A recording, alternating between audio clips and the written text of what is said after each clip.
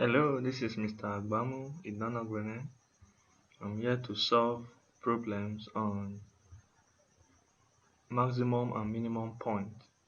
And my target in this class, I want to do at least 2 examples on how you can find minimum value of a function and maximum value of a function without you necessarily plotting the graph or using any other method. All I want to do is by using differentiation, which is dy dx. In my last video, I explained these steps, how you can use these steps to get the maximum or minimum value of a function. So I just have them written down here so that we'll follow the step one by one so that we can get the maximum or minimum value of a function. So a question can come like this. They can tell you to find the stationary points and determine whether they are minimum, maximum, or point of inflection of the function. So this is the function we want to check for maximum and minimum value. So take note of this word stationary point. So turning point, stationary point, they also mean the same thing. We are actually talking about the point at which the graph will achieve the minimum or the maximum value. So that point is very important when you are dealing with a function. So take note of that. So let's start now. So this is the function we have. So before we can differentiate this, we need to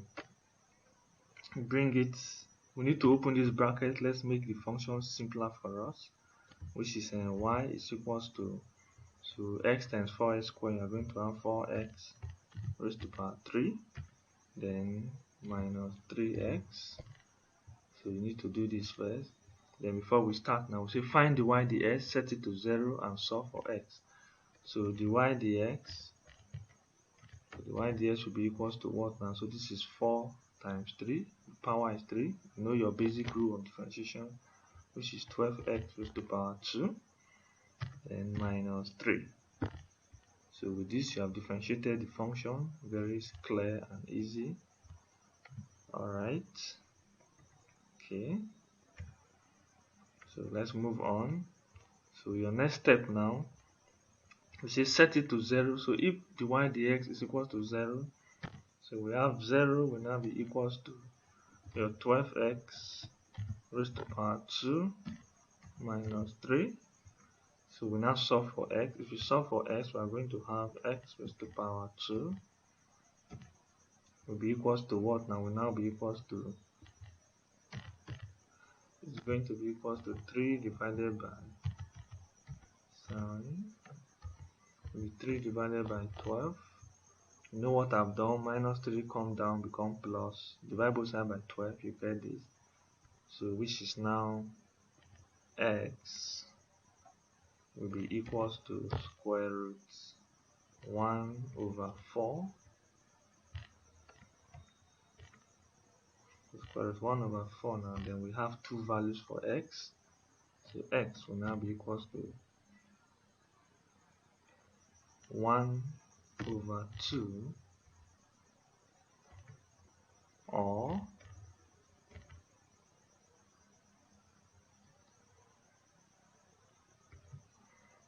minus 1 over 2.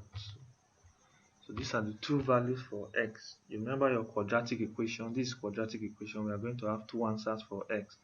So x is going to be 1 over 2 or minus 1 over 2. Take note of that because of the square. Very, very important. So by getting this value now, these values for x is 1 over 2 or minus 1 over 2 is our minimum, is our value for x, but we can't say which one is maximum or which one is minimum until we go for the second step. We need to find d square y of this function. We need to differentiate this function again. That is when we will now know. So if we differentiate this function the second time, which is d square y divided by dx square, if I differentiate it again, I'm going to have 2 times 12, which is 24x. So this is what I'm going to get. Yes, then we can now check which of them is going to give us values greater than 0 and values less than 0. So let's start with the first one. So let's start. When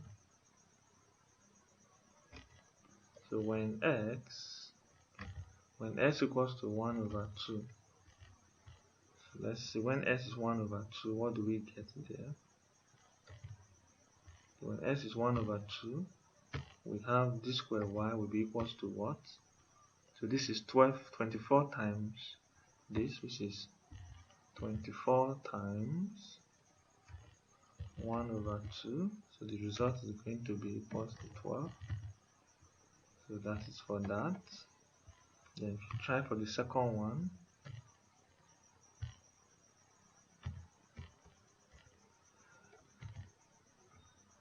so 24 times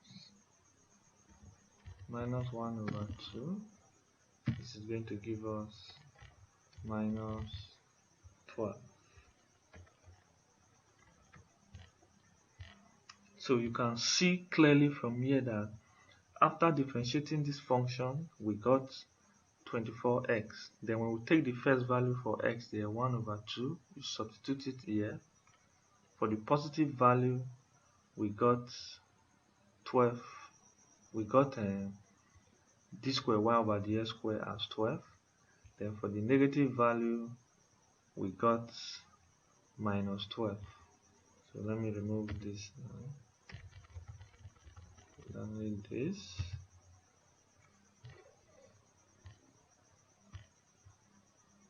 Okay.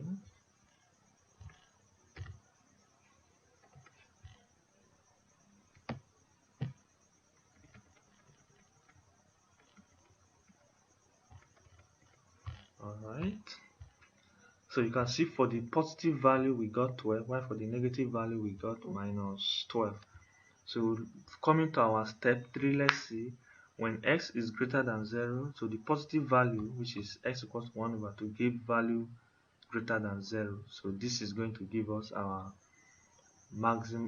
our minimum value. We say when it's greater than 0, the function has minimum value. So it is this one that gives us minimum value. So all I just need to do is just to make a statement. Just say the minimum now. So we can conclude now the minimum value of the function is, you can get the minimum value now without wasting time. So the minimum value of the function is now x equals to 1 over 2, then y will now be equals to. So you now substitute into the function you have here. So y will be equals to what now? Which is 4 open bracket 1 over 2 raised to the power 3, then minus 3 open bracket 1 over 2. Then you now solve for this, and that's the minimum value for, so y will now be equals to, so y will be equals to what? So if you solve this, let's solve it. Let's say we have 1 over 2 raised to the power 3, which is 1 over 8. So we are going to have 4 divided by 8, which is 1 over 2 minus 3 over 2. This is 1 over 2 minus 3 over 2. So you just simplify this. That is what I'm trying to do. And this one will give us a final answer. Let me conclude my answer here. So we are going to have 1 minus 2, which is going to give us minus 2. 1 minus 3, which is going to give us minus 2 over 2. So our answer is going to be minus 1. So that is it. So the turning point for this condition is now, so now I now say which is the stationary also. So the stationary now, so the stationary point is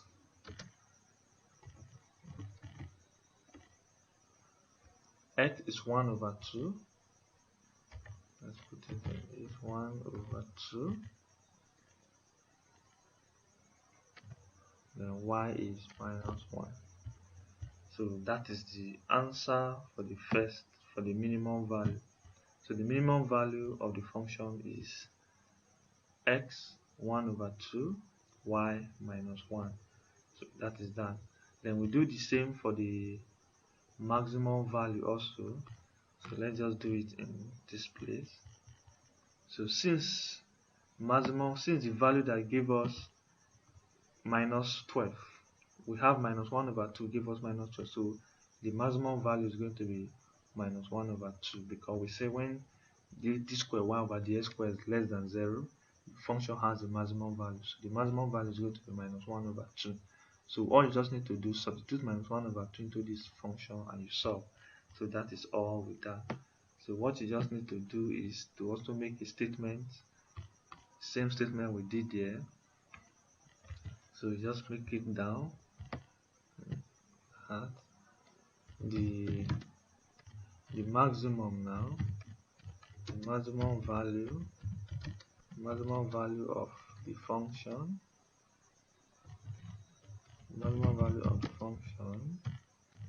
is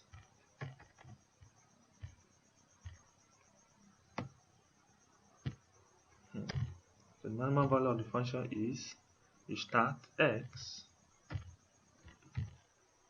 is equals to, so x is equals to minus 1 over 2, then y will now be equals to what? Y will be equals to, we now substitute into the function which is this. Now substitute into this function which is 4, open brackets. The value of x is minus 1 over 2, raised to power 3, then minus 3 bracket minus 1 over 2. Then now solve for this. That is all we need. Then we have our y equals to, when we solve for this, what are we going to get? I'm going to have minus 1 over 8, which is 4 divided by 8. We are going to have minus 1 over 2. We have minus 1 over 2. Then on this side, minus times minus is going to give us plus 3 over 2. And when you solve this one very well, you are going to have 3 minus 1, which is 2. So 2 over 2 is 1. So we're going to have 1. So to conclude this one, we now say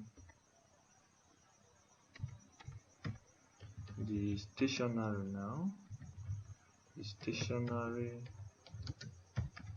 point is,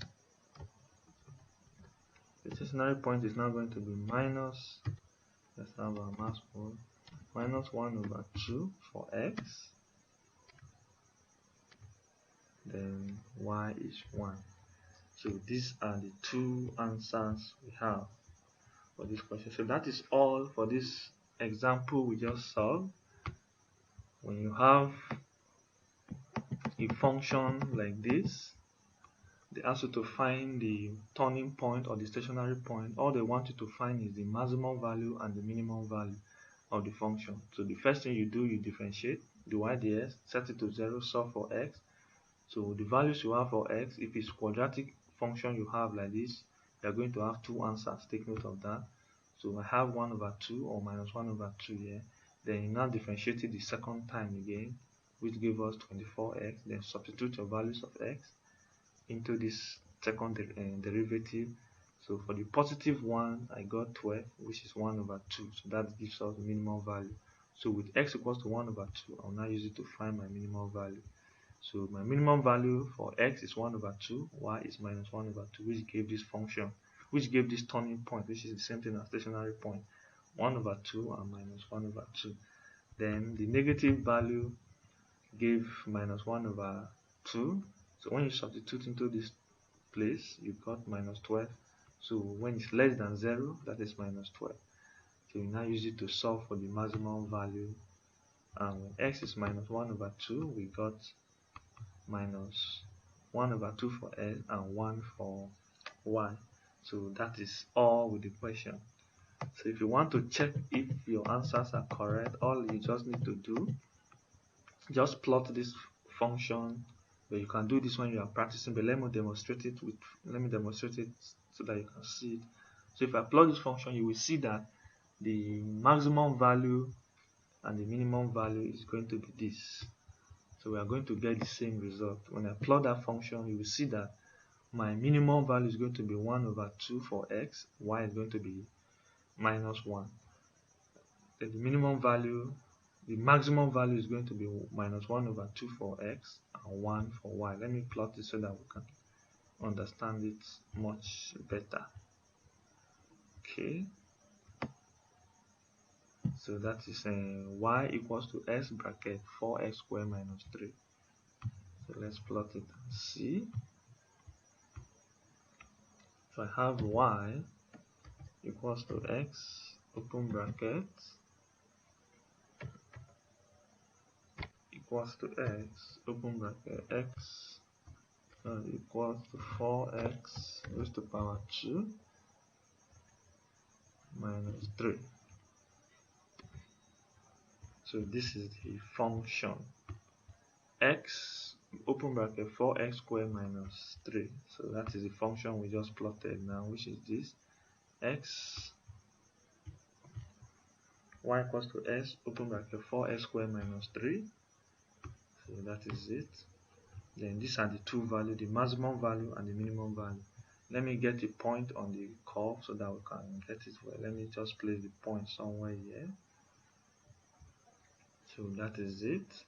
Then if you get your line, let's get our line.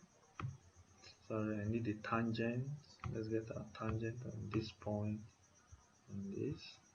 Then let's get our gradient on this line.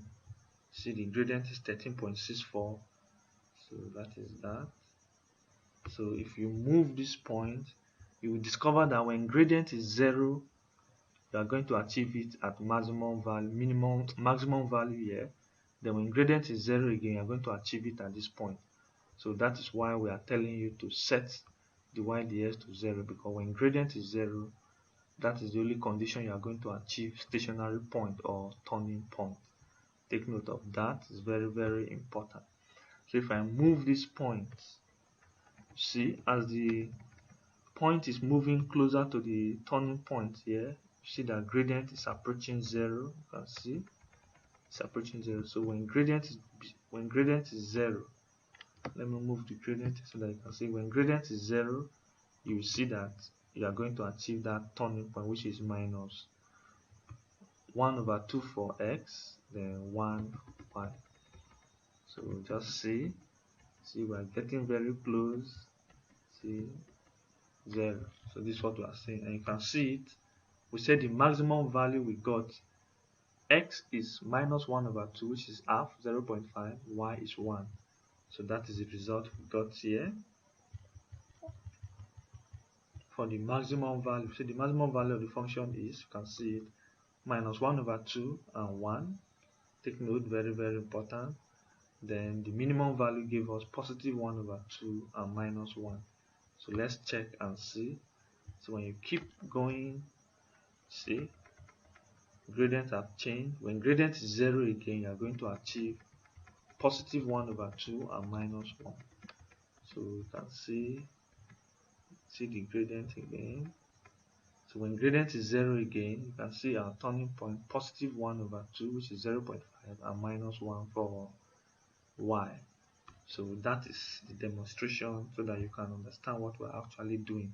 Instead of plotting your graph and start locating maximum or minimum value, why not just use your differentiation rules here, differentiate it and solve, and that is all. So you can see your two answers. So that's all I have for us in this video. So I would have liked to solve more examples, but it can never be difficult than this. This is all about function This is all about maximum and minimum value of a function. It's always easy. Just follow these steps I summarize here. Solve, take your time and go through the video, go through the steps and apply it accordingly. You will see that they are not difficult. So for more practice, in case you are through with studying this, you can do these 3 simple questions I have here just to master the skill, and that then go through your previous exam questions. You will see more questions for practice. So that is all I have for us now. Have a nice day.